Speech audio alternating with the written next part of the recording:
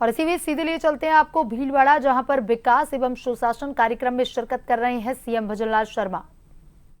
प्रतापगढ़ घनश्याम पाटीदार जी, कैसे हैं पाटीदार जी आप?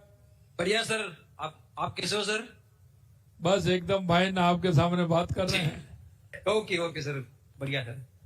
अच्छा हुआ सर आपसे बात करके। हमारे जिले में सर लो वोल्टेज की बहुत समस्या रहती थी। जो आपने जो ट्रांसपोर्ट जो 132 के जो स्टेशन जो स्थापित किया ना सर, इससे हमारे यहाँ लोगों को बहुत अच्छा फायदा मिलेगा। वैसे भी ट्रैवल एरिया सर हमारा यहाँ पे दिक्कत बहुत रहती है, बार बार लो वोल्टेज की वजह से मोटर चलती है, लोगों की बहुत नुकसान, आर्थिक नुकसान बहुत होता है सर। तो सर ये जो स्थापित होने के बाद जो अनोट है, दलोट है, बम्बोरी है, इनमें जो स्थापित हुए हैं सर, इनसे काफी फायदा मिलेगा किसानों को। और आपका बहुत बहुत धन्यवाद सर, जो आपने सर हमारे यहाँ पे जो सेंशन करवाया है। बहुत बहुत आभार हमारी जनता। चलिए, मैं इसीलिए कहना चाहता हूँ, जहाँ सबसे आवश्यकता थी, आप लोगों की मांग थी कि यहाँ जीएसएस बनना चाहिए बम्बोरी में। बहुत अच्छा, आपके इस क्षेत्र को इसका लाभ मिलेगा। हमारी प्रभारी मंत्री बैठी हैं हमारी, बहुत अच्छा। और सभी आपको बहुत बहुत शुभकामनाएं कि आपकी समस्या का समाधान हुआ और आपके यहाँ जीएसएस लगेगा। अब हम चलते हैं उदयपुर के लिए। उदयपुर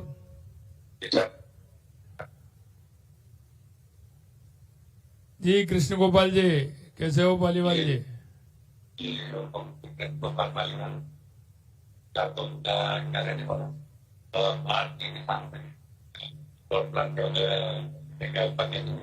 आवाज कट रही है आपकी। हमारे यहाँ सर से काफी फायदा होगा। ये जनजातीय क्षेत्र है पूरा, इसमें लो वोल्टेज उसकी वजह से किसानों की मोटर वगैरह चलती थी। इसकी काफी वर्षों से डिमांड थी, जो जिनकी सरकार ने तुरंत आते ही स्वीकृत करके काम भी चालू करवा दिया है। तो चलिए, बहुत अच्छा कृष्ण गोपाल जी, मुझे पता है आपके यहाँ 400 केवी जीएसएस का आज शिलान्यास हुआ है। बहुत लंबे अरसे से मांग थी और आपके विधायक बैठे हैं फूलचंद जी, ये लगातार कहते थे कि हमें हमारा जीएसएस 400 केवी का मिलना चाहिए। आपके प्रभारी हेमंत जी बैठे हैं, हमारे गजपाल जी बैठे हैं, तो ये सब ये मांग करते थे। आपकी मांग पूरी हुई, आज शिलान्यास हुआ। निश्चित रूप से इस क्षेत्र को बहुत बड़ा फायदा इससे होगा। और हमारी ये सरकार जो जी, इसमें मैं खुद एक दिव्यांग काश्तकार हूँ और यहाँ के दिव्यांग काश्तकार की समस्याओं को मैं अच्छी तरह जानता हूँ। और इसमें दिव्यांग काश्तकार को पूर्ण अनुदान में उसको प्राथमिकता में अनुदान मिलेगा। ये मेरी आपसे। चलिए, आपने कहा है तो इस पर भी विचार करेंगे, क्यों चिंता कर रहे हो? बहुत बहुत धन्यवाद पालीवाल जी। बहुत बहुत धन्यवाद। और माननीय मुख्यमंत्री जी ने सुनिश्चित किया कि राज्य सरकार की योजनाओं का सुदूर उत्तरी क्षेत्र श्रीगंगानगर से लेकर उदयपुर प्रतापगढ़ दक्षिणी क्षेत्र तक सुनिश्चित हो रहा है कि राज्य सरकार की योजनाओं का लाभ प्रत्येक व्यक्ति तक पहुंचे। धन्यवाद। न पूछो कि मेरी मंजिल कहाँ है, अभी तो सफर का इरादा किया है। न हारूंगा हौसला उम्र भर, ये मैंने खुद से वादा किया है। इसी वादे को लिए आज वस्त्र नगरी भीलवाड़ा में पधारे हैं माननीय मुख्यमंत्री राजस्थान श्री भजनलाल शर्मा जी। आपसे हमारा सादर अनुरोध, पधारें और अपना उद्बोधन हमें प्रदान करें। जोरदार तालियों से अभिनंदन और स्वागत माननीय मुख्यमंत्री जी का।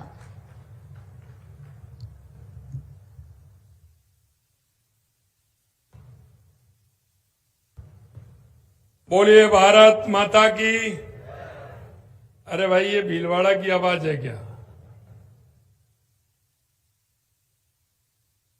लगना चाहिए कि राजस्थान में, क्योंकि आज भीलवाड़ा से 10,000 करोड़ रुपए के पूरे राजस्थान में शिलान्यास हुए हैं, तो इस भीलवाड़ा की धरती को चुना है, तो यहां से आवाज ऐसी जानी चाहिए पूरे राजस्थान के अंदर। बोलिए भारत माता की, भारत माता की। बोलिए हरणी महादेव जी की, धनौप माता की, साड़ू माता की, देवनारायण भगवान की, आप सभी की आज के इस राजस्थान दिवस सुशासन समारोह के उत्सव में मंच पर विराजमान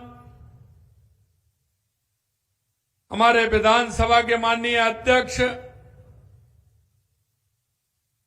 श्रीमान वासुदेव देवनानी जी, कैबिनेट में मेरे साथी और उप मुख्यमंत्री श्री प्रेमचंद बैरवा जी,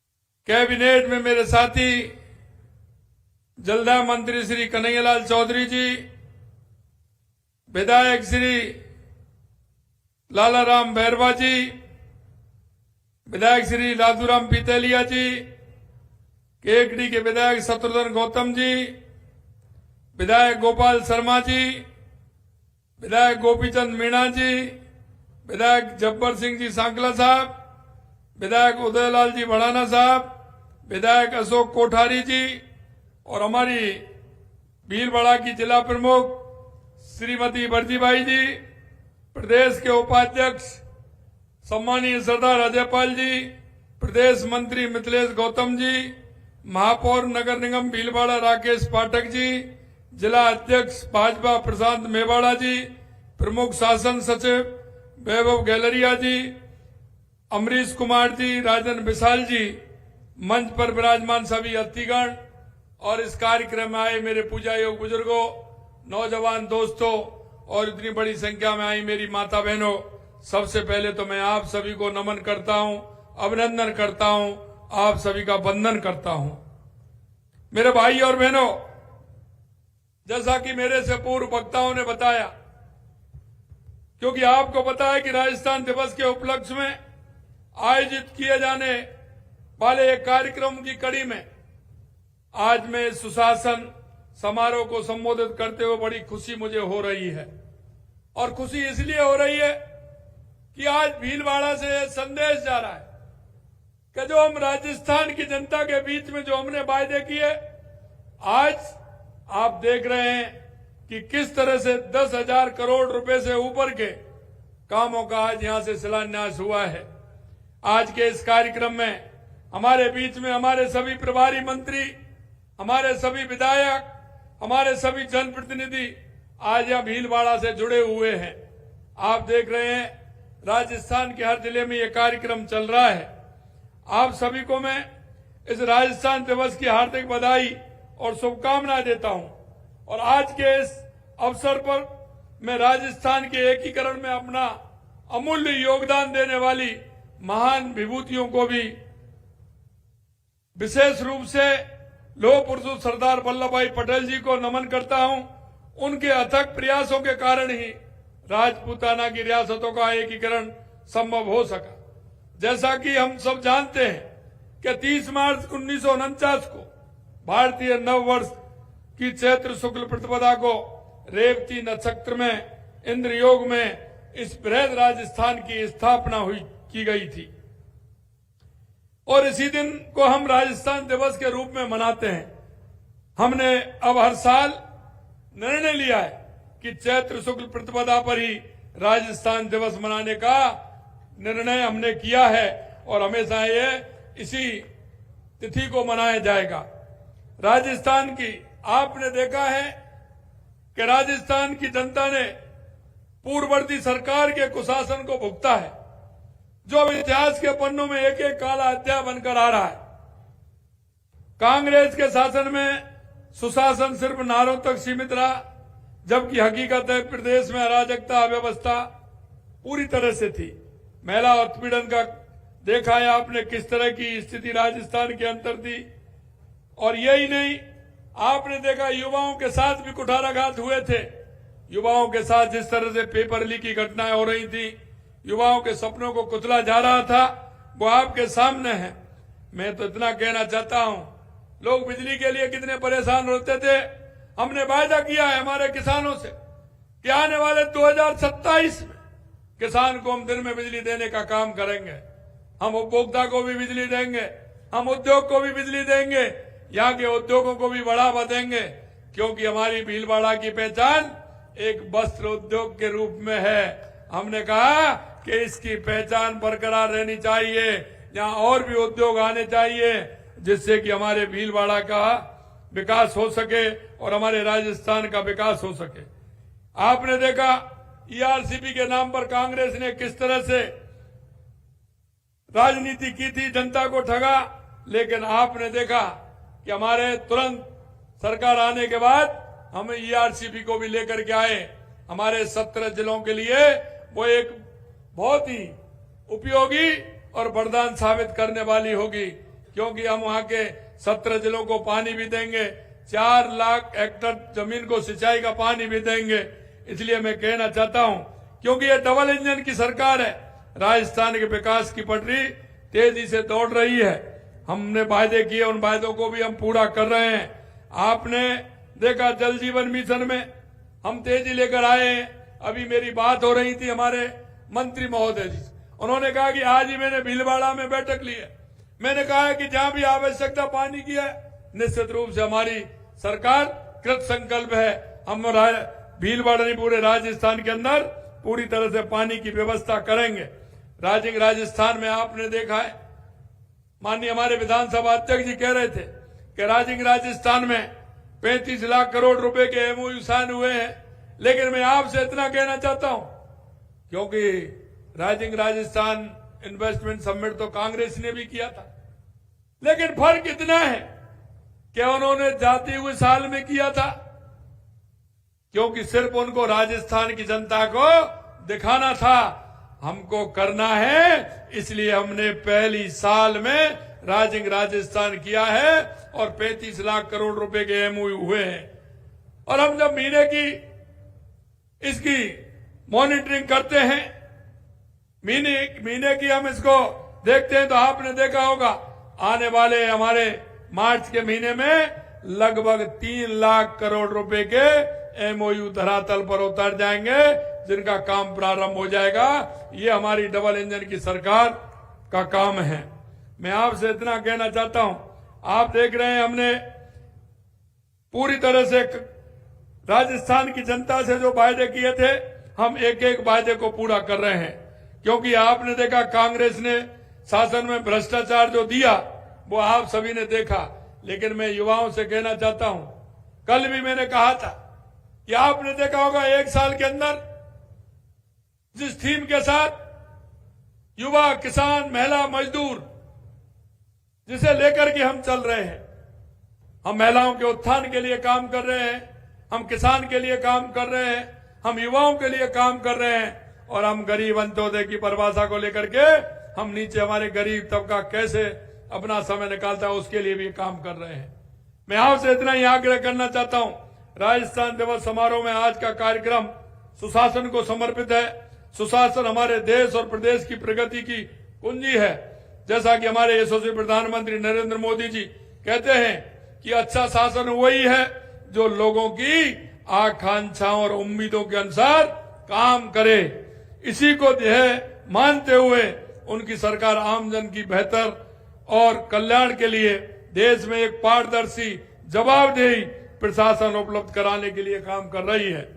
जब तक जनता के काम को हम नहीं जानेंगे, जनता के काम को हम नहीं पहचानेंगे, अंतिम पायदान पर खड़ा व्यक्ति को क्या आवश्यकता है, बिजली, पानी, शिक्षा, चिकित्सा, अगर इनको ठीक प्रकार से नहीं दे पाएंगे तो जनता को कैसे भला हो सकता है। मैं आपसे इतना ही कहना चाहता हूं, हमारी माननीय प्रधानमंत्री जी की प्रेरणा लेते हुए हमारी सरकार में प्रदेश में सुशासन के लिए कृत संकल्प है। इसी दिशा में कदम बढ़ाते हुए आज हमारी डबल इंजन की सरकार ने, जैसा मैंने बताया, 10,000 करोड़ रुपए के कार्यों का शिलान्यास और लोकार्पण किया है। हमारे यहाँ जिस गति से शिलान्यास और लोकार्पण हो रहे हैं वे हमारे काम करने की गति को दर्शाते हैं। आज मैं कहना चाहता हूं, हमारे पत्रकारों को हमारे प्रजातंत्र का चौथा स्तंभ कहा है, और इसलिए मैं कहना चाहता हूं, मैं पत्रकारों के कार्य और उनकी भूमिका को बखूबी समझता हूं। वे हमारे लोकतंत्र के प्रहरी हैं। मैं जानता हूं कि हमारे पत्रकार भाई बहन किस प्रकार कठिन परिस्थितियों में अपने दायित्वों का निर्वहन करते हैं। उनके श्रम और समर्पण को सम्मान देते हुए हमारी सरकार पत्रकार हेल्थ कवरेज RJHS योजना लाई है, जिसका आज हमने शुभारंभ किया है। मैं सभी पत्रकार भाइयों को बहुत बहुत शुभकामनाएं देता हूं। इस योजना से हमारे पत्रकार बंधु स्वास्थ्य पर होने वाले आकस्मिक खर्च की चिंता से मुक्त हो सकेंगे और अपने कर्तव्यों का ज्यादा बेहतर तरीके से निर्वहन कर सकेंगे। हमारे सरकार गांव और शहरों की तस्वीर बदलने वाली है, नीतियां लेकर आई है और उन्हें जल्दी ही से जल्द धरातल पर उतारने का काम हमारी सरकार कर रही है। आपने देखा होगा हमारी जो नीति है, हम नीति बना करके काम करना चाहते हैं। लगातार हर क्षेत्र में हमने नीति बना करके हमारी सरकार काम कर रही है और इसलिए क्योंकि नीति इसलिए नहीं बनाते क्योंकि नीति बनाने में वो ऐसे लोगों का काम नहीं कर सकते। हम नीति के आधार पर चलते हैं और नीति के आधार पर काम करते हैं। यही हमारी सरकार की पहचान है। आप देखिए हमने पिछले महीने ही पेश किए गए बजट में पंडित दीनदयाल उपाध्याय शहरी विकास योजना की घोषणा की थी। आज इस योजना के दिशा निर्देश भी हमने जारी कर दिए हैं। मैं आपसे एक ही बात कहना चाहता हूं, ये कांग्रेस हमेशा गरीब किसान मजदूरों का फायदा उठाती रही, इसने कभी गरीब की तरफ मुड़कर के नहीं देखा। लेकिन मैं कहना चाहता हूं उस किसान के लिए जो किसान दिन रात मेहनत करता है, खेती करता है, मजदूर दिन भर मजदूरी करके अपने बच्चों को पालता है, हमने दिशा निर्देशित किया है हमारे सभी SDMओ को कि आप जाइए महीने में एक बार उस गांव में गांव के रूटीन बनाइए और आप जाकर के किसान की क्या समस्या है, उसका केस किस पेंडिंग क्यों है, उन सारी बातों को भी देखिए जिससे हमारे किसान का भला हो सके। यही नहीं, आपने देखा होगा पिछले दिनों हमने हमारी विधानसभा सत्र में हमने बजट में घोषणा की है कि हम राजस्थान के 5000 गांवों को BPL मुक्त गांव बनाएंगे, BPL मुक्त गांव बनाएंगे। और वो मैं इसलिए कह सकता हूं, गांव के लोगों की तकलीफ हम अच्छी तरह से जानते हैं, किसान की तकलीफ को हम जानते हैं और हमने इसलिए उसको घोषणा ही नहीं की, हमने उसको 300 करोड़ रुपए का बजट में प्रावधान भी किया है। और हम आपको विश्वास दिलाते हैं आने वाले समय में राजस्थान के 5000 गांव को हम BPL मुक्त करते हुए गरीबी मुक्त उन गांवों को करने वाले हैं। साथियों, कई योजना हमारे शहरों की है, अधिक समृद्ध और सुविधाजनक बनाने की दिशा में एक बड़ा कदम है। हम चाहते हैं कि हमारे प्रदेश का हर जिला विकास के मामले में आगे बढ़े। इसलिए आपने देखा हमने पंचगौरव का आज लोकार्पण हुआ है। यहां से हमें सभी हमारे जो जिले हैं उनमें पंचगौरव का काम हमने किया है, जिससे उनको हम चिन्हित करते हुए हमारे जिले को हम आगे बढ़ा सकें। इसके लिए हमने हर जिले में उन क्षेत्रों की पहचान की है जिनमें विकास की संभावना है और हम उन क्षेत्रों को जिले की ताकत बनाने के लिए काम कर रहे हैं। आज हमने हमारे जिले के ऐसे 5 गौरव एक बुकलेट जारी की है। इस योजना में स्थानीय क्षमताओं रोजगार को बढ़ावा मिलेगा, जिलों में विकास की एक स्वस्थ प्रतिस्पर्धा भी होगी, जिससे कि जिले में जब प्रतिस्पर्धा होगी तो निश्चित रूप से जिले का विकास होगा। साथ ही आज डेलीगेशन के जो ऑर्डर जारी किए गए हैं उनसे शहरी विकास अधिक प्रभावी और पारदर्शी और समावेशी होंगे। स्थानीय निकायों के सशक्त बनने से वे अपने क्षेत्र की जरूरतों और प्राथमिकताओं के अनुसार योजना लागू कर सकेंगे और स्थानीय दिक्कतों का प्रभावी समाधान करने में सक्षम होंगे, आम जन की सुविधा को ध्यान में रखते हुए। अब ये छोटी सी बात है, लेकिन आपके मन में ये आ रहा होगा कि 8 बजे अगर आप रजिस्ट्रार ऑफिस में हैं, 8 बजे से लेकर के शाम को 8 बजे आपने 2 दिन के लिए क्यों किया है? मैं मेरे भाई और बहनों में आपको बताना चाहता हूं, हमारे जो कर्मचारी हैं अगर वो 10 बजे से